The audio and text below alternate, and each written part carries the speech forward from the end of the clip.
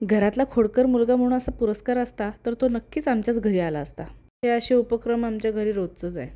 त्याच्यानंतर काय बोलले की मग परत हे असे डान्स करून लाडीगोडी लावून देतात.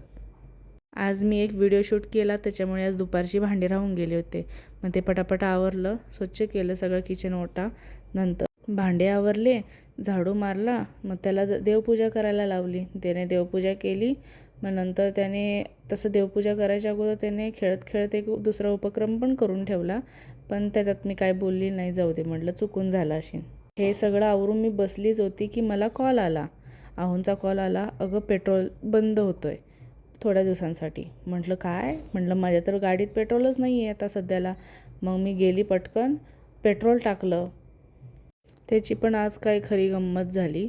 इथे जवळच्या पेट्रोल पंपावर गेली, तिथे मोठी लाईन होती. तिथून मी माझा नंबर लागला.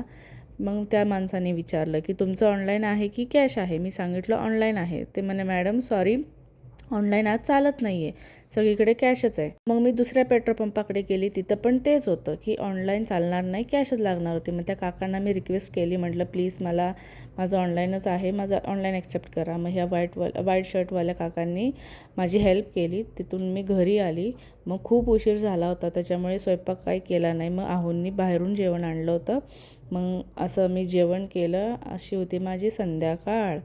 चला तर मग व्हिडिओ आवडले असल्यास लाईक करा, सबस्क्राईब करा. बाय.